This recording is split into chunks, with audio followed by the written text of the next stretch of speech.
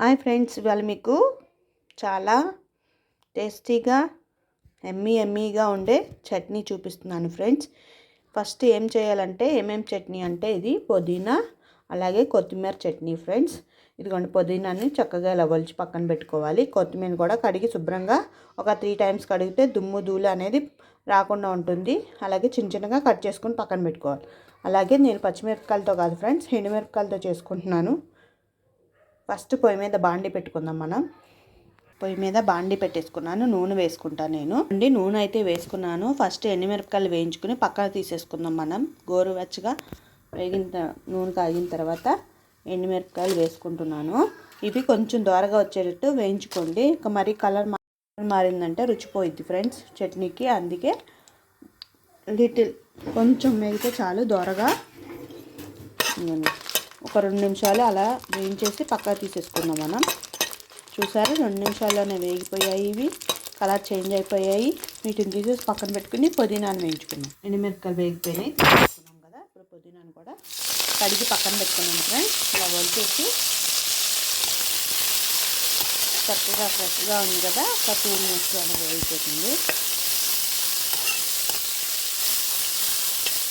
ఎక్కువసేపు అవసరం లేదు ఫ్రెండ్స్, చాలా తొందరగా వేగిపోతుంది నూనెలోనే కాబట్టి. దీంతోపాటు ఇప్పుడు కొంచెం వేగిన తర్వాత ఇప్పుడు కొత్తిమీరని కూడా వేసేసుకున్నాం. మనం కొత్తిమీరని కూడా కట్ చేసేసుకుని పక్కన పెట్టుకున్నాను. వీటిని కూడా ఒక 4-5 సార్లు కడుక్కోవాలి ఫ్రెండ్స్, మట్టి ఏమైనా ఉంటే పోతుంది. కొత్తిమీరని కూడా వేసేసుకుంటున్నాను. కడిగేసుకున్నాను కదా, నీళ్ళు ఏం లేకుండా వేసుకుని వేయించుకోండి ఫ్రెండ్స్. పుదీనాతో పాటు కొత్తిమీర కూడా వేయించేసుకోవాలి.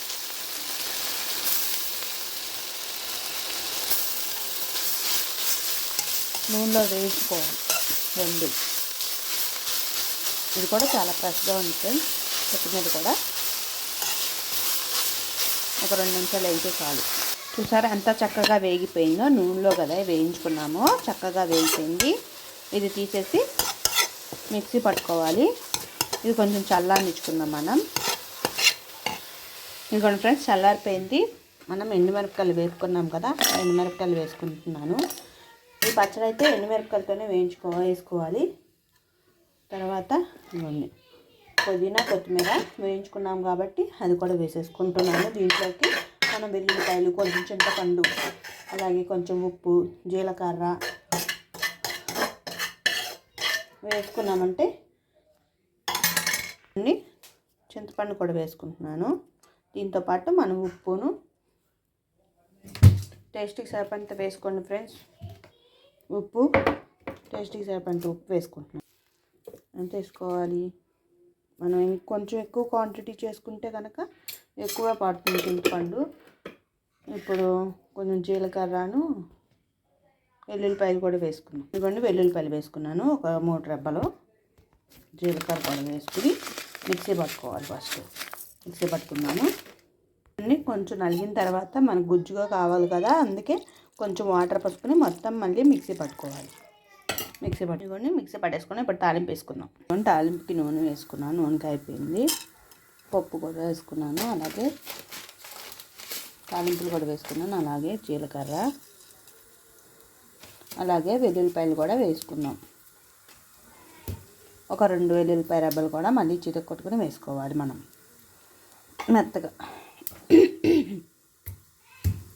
మెత్తగా చితక్కొట్టుకుని ఇదా కొంచెం వేగిన తర్వాత అప్పుడు చూసారా ఇది వేగిపోయింది. మనం ఇందాక మిక్సీ పట్టుకున్నాం కదా, ఆ ప్యాక్ మొత్తం ఈ తాలింపులో వేసేసుకుని ఇలా కలుపుకోండి ఫ్రెండ్స్. అయిపోయింది. ఎంతో సింపుల్గా కొత్తిమీర పుదీనా చట్నీ. ఈ వీడియో కానీ మీకు నచ్చినట్టయితే లైక్ చేసి షేర్ చేసి సబ్స్క్రైబ్ చేసుకోండి ప్లీజ్. సబ్స్క్రైబ్. అంతేనండి. ఈ వీడియో కానీ నచ్చినట్టయితే లైక్ చేసి షేర్ చేసి సబ్స్క్రైబ్. వీడియో చూస్తున్నారు కానీ లైక్ కొట్టట్లేదు ఫ్రెండ్స్, షేర్ చేయండి. సబ్స్క్రైబ్ కూడా చేసుకోండి.